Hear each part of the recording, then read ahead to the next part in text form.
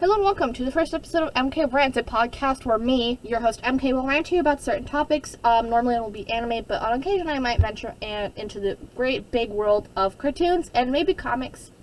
So today, as I've had this idea going around for a while in my brain and I wrote it down, we're going to talk about why I think Yuno from Black Clover is a garbage character, as well as how I would personally have written him looking back at the series. So, like I said, we're going to be talking about Clover, which was a manga series and anime that was written and illustrated by Yuki Tabata, published in 2015, but the anime was then released 2 years later in 2017. A basic synopsis, excuse me trying to pronounce things but can't, is that Asta, the main character, is someone with no magic, right? And this world heavily depends upon magic, and so him not having any isn't the best, as everyone has some sort of magic that they can use and they can learn to learn to harness the magic and become really strong or just do basic things. And his also apparently rival for some reason, Yuno, as they journey to become magic knights. And in the kingdom they live in, it's the wizard king, who is like the king of magic and like controls a lot of the magic stuff, and then like the magic knights, which are set in different groups. I think there's like not 12, but there might be 10. I don't remember the exact amount. And as they become magic knights, and then, that's a basic synopsis, and the story, that's a very generalization of the story, but it does get very good at certain arcs. Sometimes it doesn't, but as a whole, I'm doing my best here. The anime is very popular from what I understand, but I had no clue of its existence until I stumbled upon it. Black Clover is also known for its like banger intros. The most popular being like number 10, but I'm not here to talk about that. I don't talk about music. I don't discuss music. That's not my thing. There are people who do, but I'm not one of those people. So, I want to talk about Yuno today specifically. My friend compared him to Percy Jackson, and I can see it. That's all I wanted to say. I'm sorry for you Percy Jackson fans, but we're not going to talk about that today. So, let's just officially begin, and I hope you enjoy this dumb rant, as I've put my thoughts out in the world. I'm tired of, keeping them internal. So, part 1. He's overpowered. That's simple. So, let's set the tone. Yuno is the heir of the Spade Kingdom. He's vice captain of the Golden Dawn. He is... Also, I'm heavily hoping that you know what Black Clover is, otherwise you are going to get major spoilers for this. I should have put that at the beginning, but I'm putting it here now. So before I continue, I hope you've seen it, and if not, feel free to still enjoy this rant. He is the vessel for Tetia and Lick's son. I pronounce it Licked. I don't know how to say it. I'm gonna pronounce it Lick. And he's also the holder of a 4-leaf grimoire and holds the wind spirit. That's a lot, and I never saw the point of why he needed all that. It felt like the author was throwing things at the wall and see what was sticking and what wasn't. If I had to choose specifically, I would go for the 4-leaf grimoire, the Golden Dawn. Just remember, not the vice captain yet. We'll get to that later, I think. I don't remember if I cover it in this rant. It's been a while since I've looked at the script. And the wind spirit. That's more than enough material to last the show. And if anything, it has him contrast with Asta. As it also keeps his powers more realistic. As Asta has nothing, it's very sad that they make Yuno very overpowered for no particular reason other than, hey, why not? And then, yet this is no excuse for throwing things at the wall and seeing what sticks. Personally, for me, while I get it, it's not an excuse, and I don't see why the author chose to. I mean, it could just be for the fangirls, I don't know, but I think for me it personally had the opposite effect. It got very hard to track after a certain point, and I was like, oh my gosh, that's a lot for no reason. So part 2, not enough screen time / off-screen development. See, the main problem that I think Yuno has is character development. And whatever development he does get, I put development in air quotes because he gets it off-screen. I don't know if the manga has this problem. I don't really want to read the manga. It's a lot, and also, I really don't feel like it. I don't want to, I really am just trying to keep up with the anime. And also, I think the manga's on hiatus at the time of this, like, audio recording. I haven't checked yet, but that's what I've heard. And then, you know, and due to lack of screen time that Yuno gets, we don't see him adapt to life in his Magic Knight squad. You don't see him get used to the wind spirit, or him warming up to his squad, and vice versa. Yuno, from my knowledge, is the only commoner in the Golden Dawn, which is saying a lot because of the way that the Magic Knights work is that a lot of them are nobility and royalty, and so they kind of have that perk. Asta's squad isn't that. It's his squad is the Black Bulls, and it's just a band of miscreants and misfits who, you know, end up fitting the bill. And Yuno does have that sense of regalcy to him, which, you know, if you were paying attention earlier, it's because he's the heir to the Spade Kingdom. And, you know, him being the only commoner, I think this would have been a good opportunity to see his reactions to what it's like to have such a nice and lavish lifestyle. Because, you know, he's a commoner. He was an orphan and raised in a church, a small church with like 5 other people, and they slept in the same room. Oh my gosh, who is calling me? I can't figure out how to hang up, so I'm sorry if that was just a lack of silence. I was figuring it out. So, hopefully that won't happen again. I'm sorry. But, you know, as I was saying, you don't see his reactions to what an extreme and lavish lifestyle is. Because for the, you know, royalty, it's like, oh, just an everyday life thing. But for Yuno, it's a sense of, it's a very big culture shock, and we don't see that. And that's also what bothered me a lot. But that all happens off screen, I guess, and he also just suddenly gains control of the wind spirit. He's just doing fine. He's like, everything's going peachy for him. That bothered me because it just emphasized to me how the story isn't Asta and Yuno's story. It's Asta's story with Yuno on occasion. Because he has a lack of screen time, it also bleeds into part 3, the lack of emotional leverage. Because he has no screen time, his fights are not honestly that entertaining for me. The main example would be his one fight with Xenon, who was a member of the Dark Triad, who's like this big thing there. It's really complicated, but point is, when I laid down the whole fight, like on like my living room floor. I laid down, like, no joke, I just sat up when like Captain Vengeance got involved because I thought that was entertaining. I don't like Vengeance. He's not bad, I just personally do not like him. But when Yuno dies in air quotes, I didn't care. Bella's crying and disappearing. Well, Bella was crying. Bella's name is Wind Spirit, by the way. She was crying and disappearing. Nada. I didn't feel squat. It was just, I guess is the thing. I guess he's dying. Gosh dang it. And then, you know, because we never saw anything, I didn't understand why I should personally care. But that's just a me problem. And honestly, I haven't read the manga. I don't know if it's more evenly developed. I don't know. It's not evenly split between Asta and the anime. It's very Asta over Yuno, and so I don't get it. And for me, it just led me to like, I don't care about Yuno. He doesn't mean anything to me. He's just there. And then I don't care about his journey because we never saw it. So him getting into this point where he's all emotional, it's just like, but why though? I don't see you interacting with your squad or anything. So honestly, why do I have to care about why you're sad and why your wind spirit is crying? And it was a whole thing of like, I don't get it. And that's just, again, a me problem. Maybe you guys relate. Maybe you guys feel the same way. But I cannot confirm nor deny anything. I don't like Yuno. I think that's very obvious here.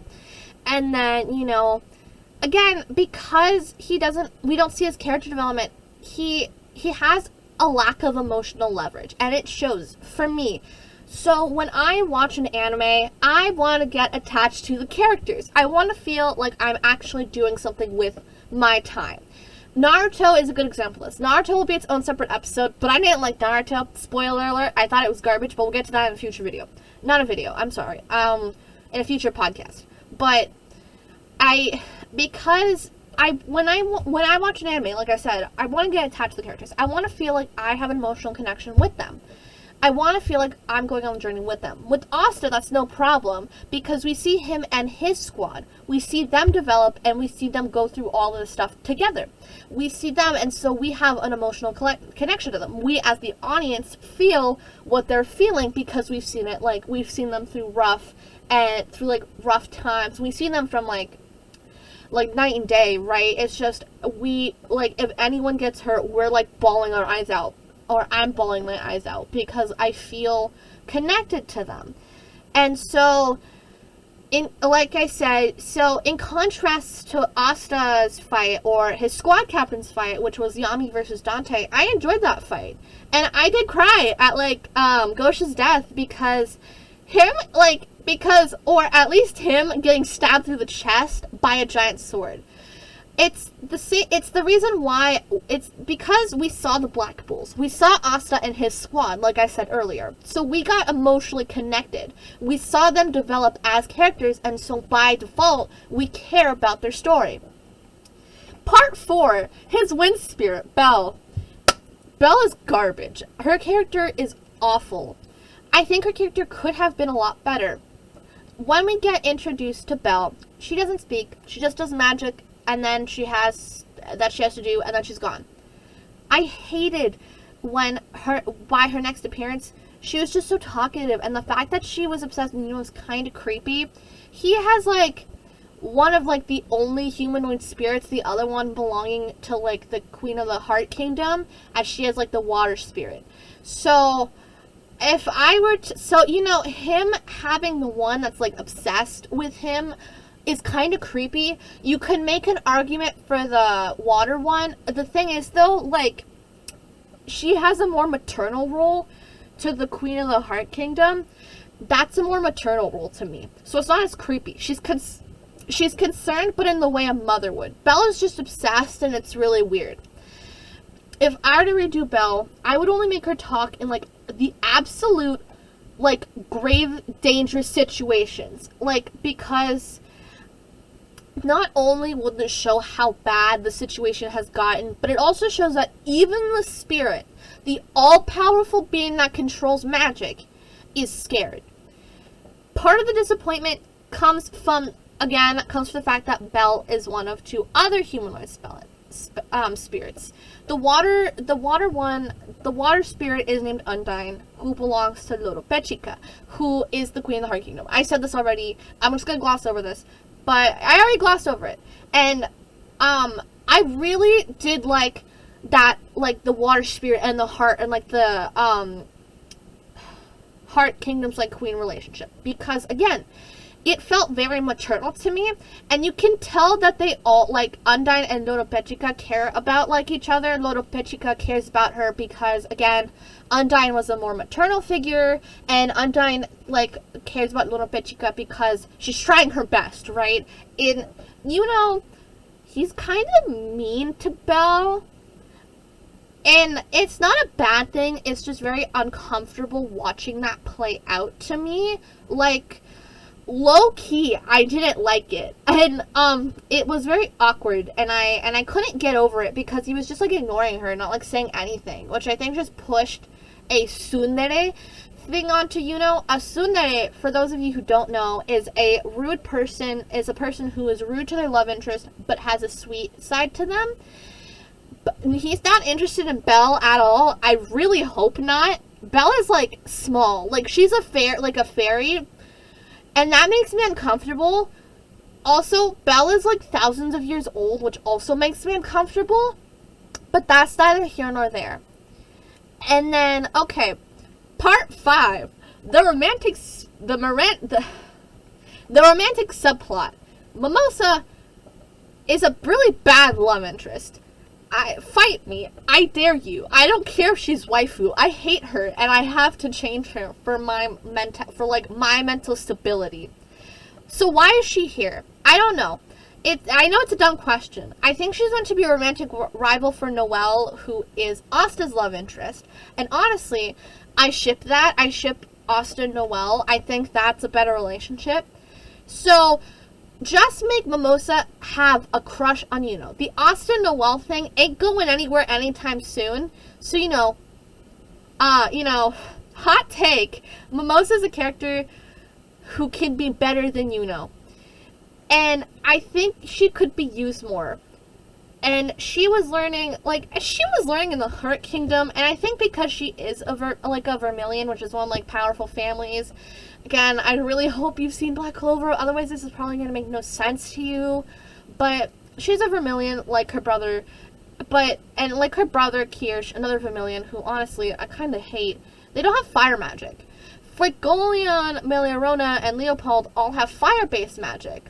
And, that's cool. That's dope, right? But they don't have Mimosa or Kirsch have that. Mimosa has plant magic, and then Kirsch has petal magic. Hold on, I'm gonna do quick Googling. I need to, just confirm that Mimosa and Kirsch are part of the Vermilion.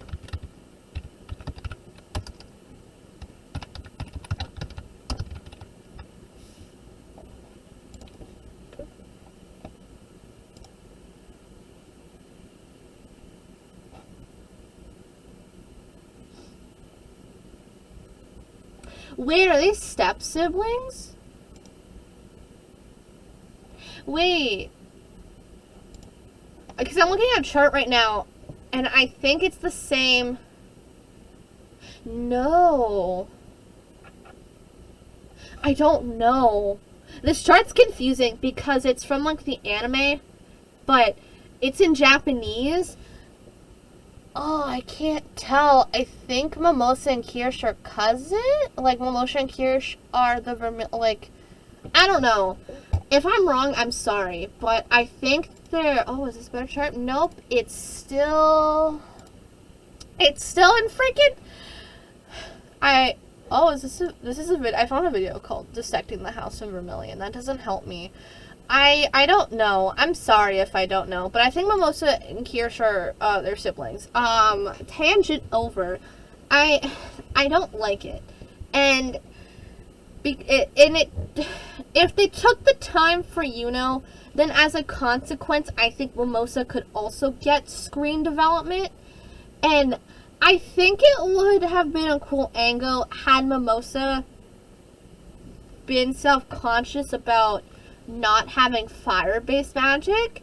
Also, she doesn't look like her siblings minus Kirsch, which bothered me a bit, but I don't think they are actually siblings, so I don't know. I think they are, for the time being, they're siblings, because that makes sense to me. And then, it could have been an angle I could have explored. Mimosa just failed for me on a lot of, areas that I couldn't I can't really explain it. I think compared to Noelle, she's really bad. Where were we? Oh yeah, Part 6. We're not done. Fixing the screen time problem. Okay, so I would have a perspective switch every 3 episodes. Of course, if there was a battle or a big arc, we can break the formula, and then we would have the extra episodes to finish the battle for the respective characters, and then go back to the formula. It would also... This would also break the formula if we needed them to be in an arc together. This, as a result, would give character development not for Asta, but not just for Asta, but Yuno as well, which is kind of the goal here.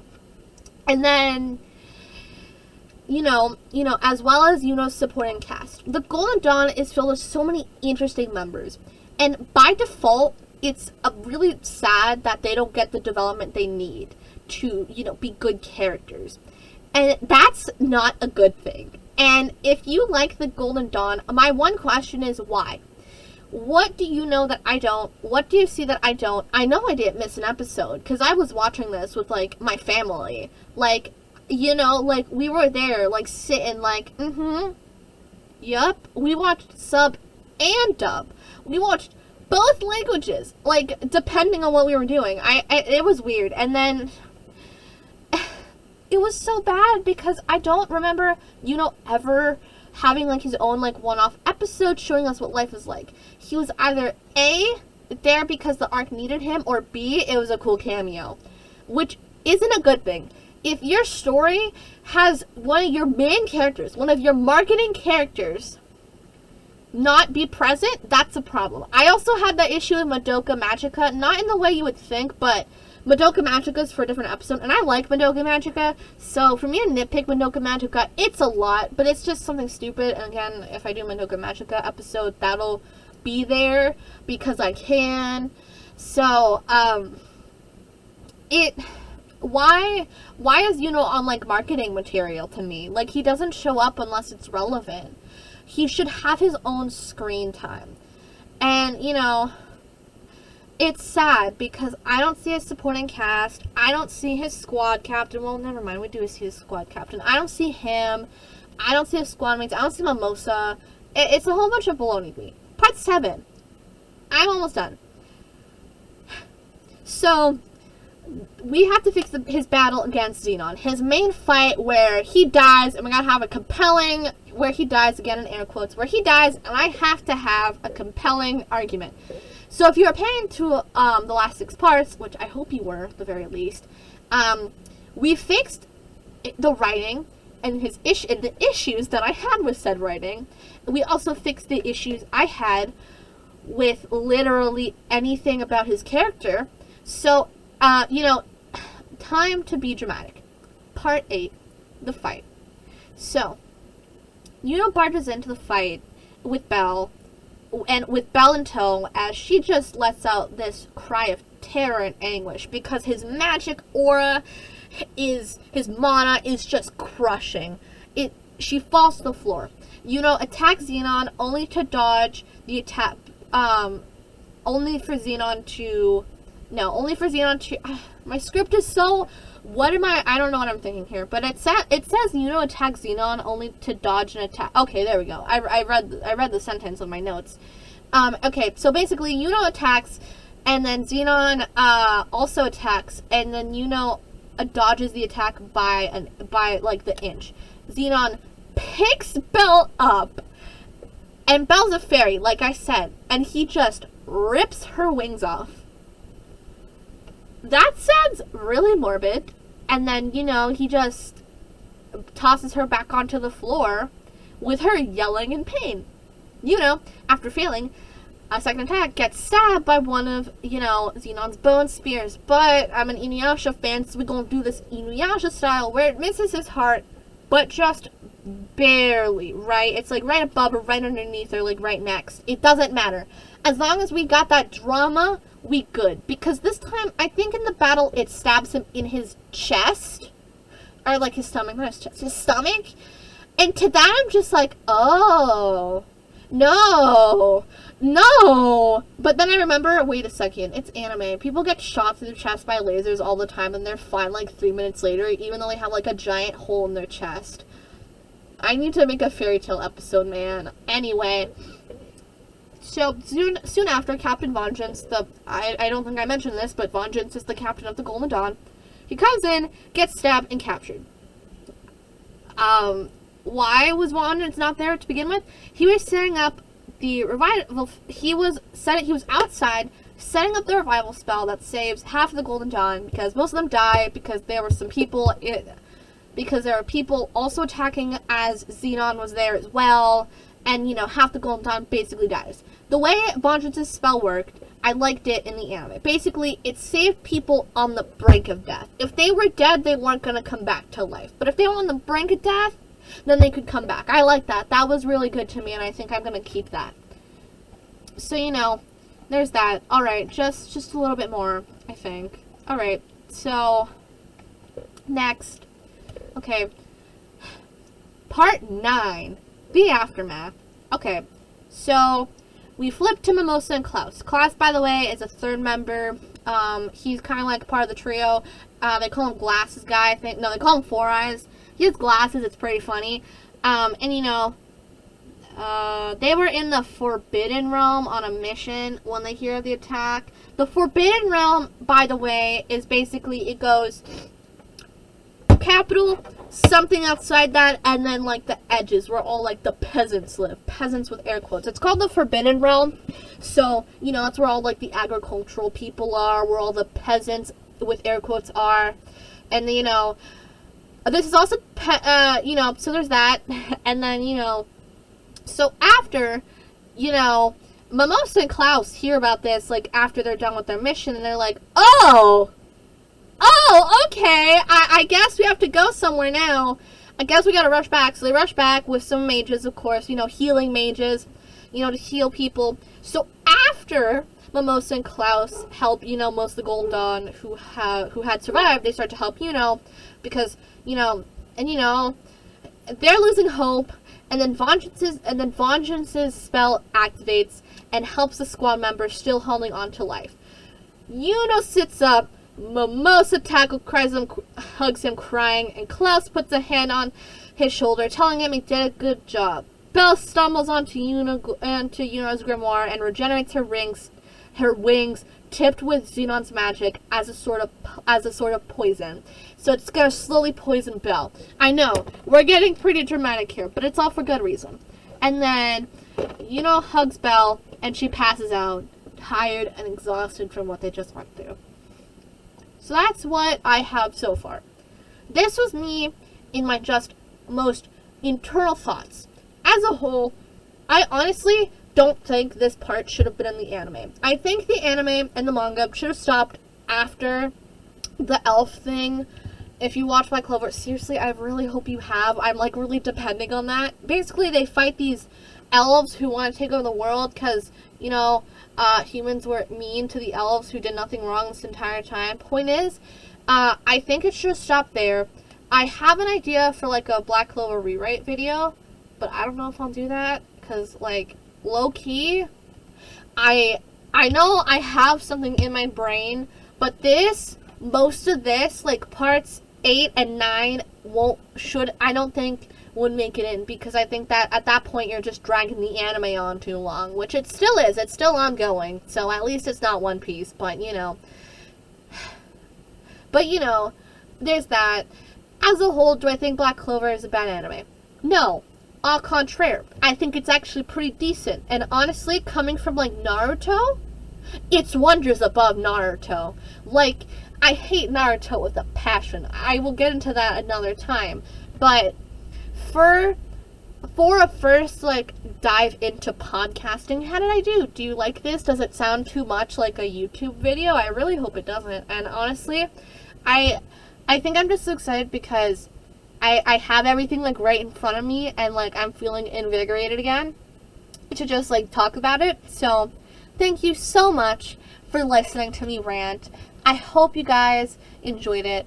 I hope you just consider checking in once in a while to see how I'm doing. I have a YouTube channel. It's MK Illustrates. I draw.